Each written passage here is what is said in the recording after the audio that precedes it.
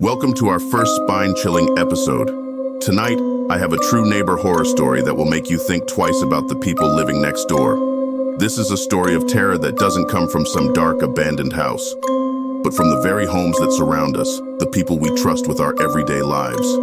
So sit back, lock your doors, and prepare for a journey into the unknown. Some things are scarier when they hit too close to home. And what if your neighbor isn't who they seem? The man who lived upstairs. Our story begins with Alex, a young man who had just moved into a new apartment in the city. He was looking for a fresh start, something quiet, affordable, and close to everything.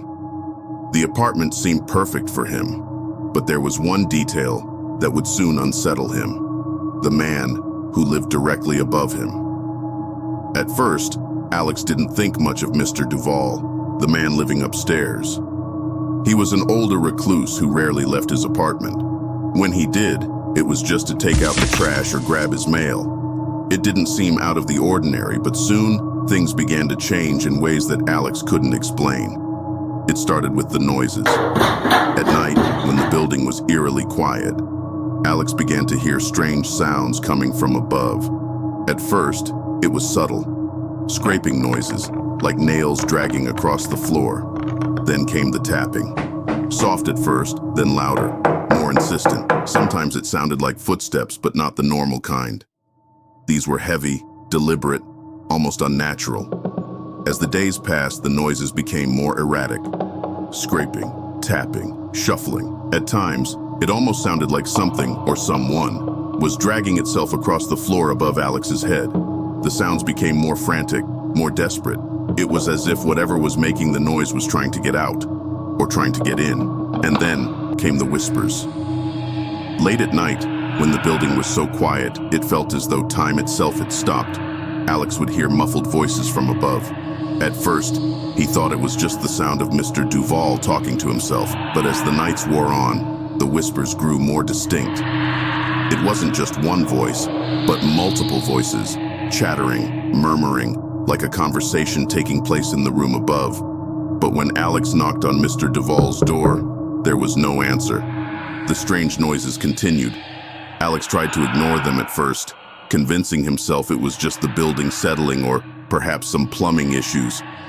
But the noises kept getting worse, louder, and more frantic. It wasn't until one particularly restless night that Alex decided to confront Mr. Duvall.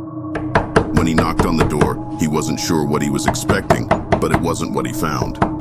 The door opened slowly, revealing a man who looked like he hadn't slept in days. Mr. Duvall's eyes were bloodshot, his clothes disheveled, and his face was gaunt.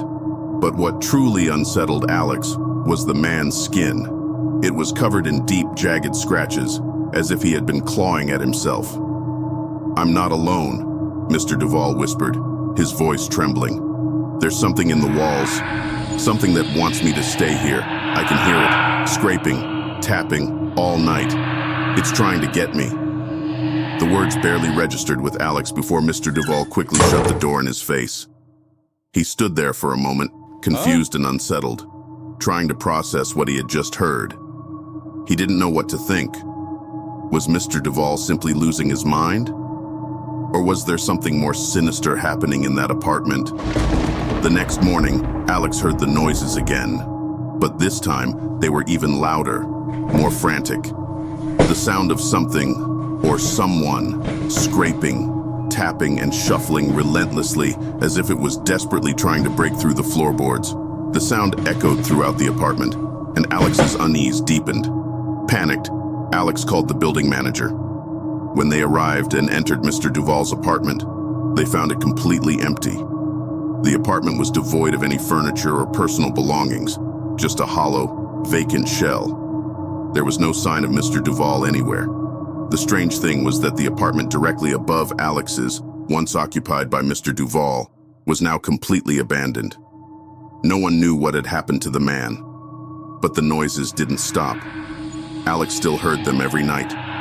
The scraping, the tapping, the frantic shuffling. The sounds seemed to be coming from directly above him, but the apartment above his was empty. No one was living there. To this day, no one knows what happened to Mr. Duvall. Some say he simply vanished, others claim he went mad. But Alex swears he can still hear the sounds at night, the tapping, the scraping, and now he wonders, is it Mr. Duval trying to get out, or something else trying to get in? But what if the scariest part isn't the strange noises or the unsettling whispers? What if the real terror is knowing that the person living just above you is hiding something far darker than you could ever imagine? The line between normal and horrific is thinner than we think, and sometimes it's the neighbors we trust the most who hold the deepest secrets. If you enjoyed this spine-chilling story, be sure to like, share, and subscribe. I've got plenty more terrifying tales that will keep you awake long after the lights go out.